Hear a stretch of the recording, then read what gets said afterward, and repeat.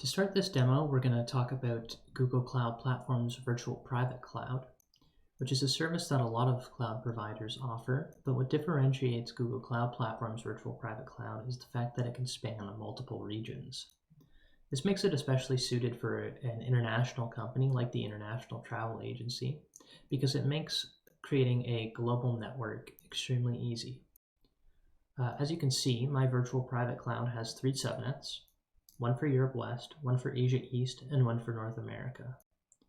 I'm going to go over to Google Cloud Platform's Compute Engine, which is another service they offer that allows you to create virtual machines.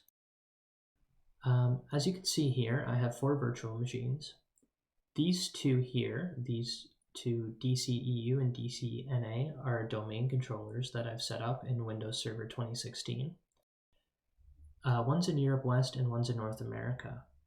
Based on these 2 internal IP addresses here, you can actually see that they are part of my virtual private cloud. I've managed to connect these 2 domains together. So these 2 domain controllers are on the same domain, despite being halfway across the world from each other. And I'll show you that now. This is the North American domain controller. I have a site-to-site link set up here between North America and Europe. And I will actually go ahead and ping the European domain controller just by name here. And you can see that the latency isn't really even that bad because the virtual private cloud is running on Google's backbone network. So that was just a quick example of how the International Travel Agency can use Google Cloud Platform's virtual private cloud to set up an Active Directory domain that spans the entire world. The final thing I'm going to show for this demo is Google Cloud Platform's Cloud SQL, which is a bit different than just running an SQL server on the Compute Engine, because it gives you this handy menu here. I can monitor several different metrics from the menu, such as storage usage and memory usage. I can also set up some automation tasks in this configuration here, such as automatic storage increases, so that's automated scaling, automatic backups, and I can set up maintenance windows and other parameters that apply to the database itself. I can also manage my users and also the databases on the SQL server.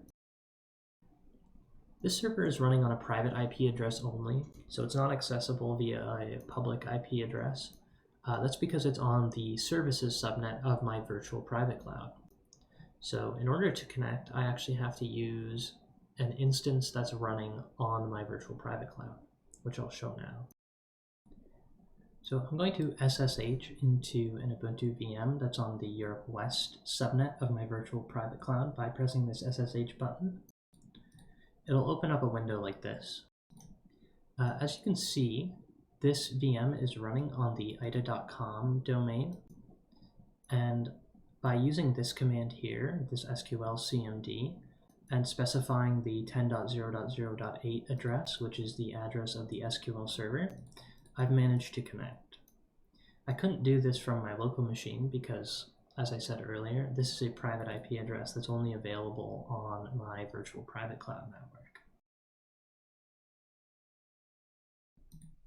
And that concludes this demo. I hope you've learned a thing or two about Google Cloud Platform and the virtual private cloud, compute engine, and cloud SQL services that it provides.